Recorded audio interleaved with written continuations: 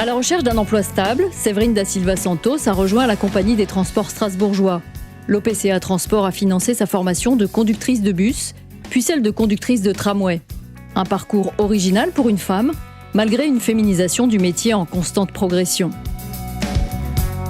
J'ai fait différents boulots et qui m'ont amené à me dire maintenant il faut que je me pose, mais avec une envie de changement. Après un contrat d'embauche, nous avons une formation sur le bus et ensuite une formation interne sur le tram. Une formation très complète pour un métier à forte responsabilité qui exige une attention de tous les instants. On est tout le temps en alerte, aussi bien par rapport aux voitures, puisqu'il faut savoir qu'on roule pas sur un site protégé, donc on a constamment les piétons, les véhicules, les vélos. On a une tension nerveuse qui est vraiment importante parce qu'il faut à la fois vérifier tous ces paramètres et à la fois c'est du ferroviaire, donc il faut aussi qu'on vérifie toutes les zones de manœuvre et nos feux de manœuvre pour rouler en toute sécurité. Alors, ce qui m'intéresse particulièrement dans le métier, il y a plusieurs facteurs, effectivement. Quand on est alors dans le tram, effectivement, c'est la conduite proprement dite. Maintenant, il y a un côté humain qui est intéressant, de par les relations qu'on a avec nos collègues, notre hiérarchie, et quand on est sur le bus, évidemment, le contact avec la clientèle. Oui, salut, je suis sur R2, tu peux me tracer un itinéraire sortie dépôt, s'il te plaît ?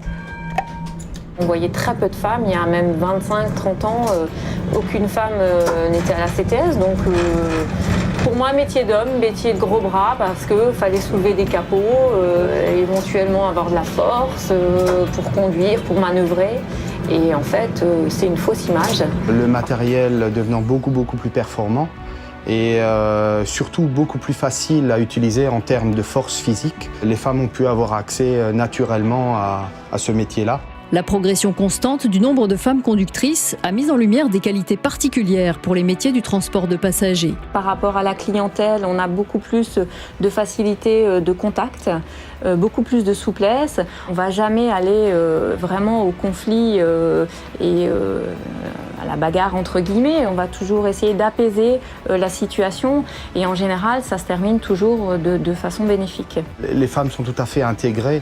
Les lieux de prise de service, la façon de travailler est exactement la même. La prise en compte, la façon d'évaluer est exactement la même. Aujourd'hui, Séverine est intéressée par les possibilités d'évolution de carrière que lui offre son métier. On peut évoluer en dans la CTS, donc accéder à d'autres postes. Et moi, j'ai décidé d'accéder notamment au monitorat. Et par ce biais, je peux maintenant effectivement transmettre l'expérience aux nouveaux arrivants de la CTS. Et c'est très enrichissant. C'est un métier que je recommande à toutes les femmes. Venez nombreuses à la CTS ou dans d'autres compagnies. Le tramway est accessible sans aucun complexe, sans aucune difficulté à toutes les filles. Le parcours de Séverine est un bel exemple pour inciter les femmes à rejoindre les métiers du transport comme celui de conductrice de tramway. L'OPCA Transport œuvre dans ce sens pour accompagner les entreprises du secteur vers une plus grande mixité.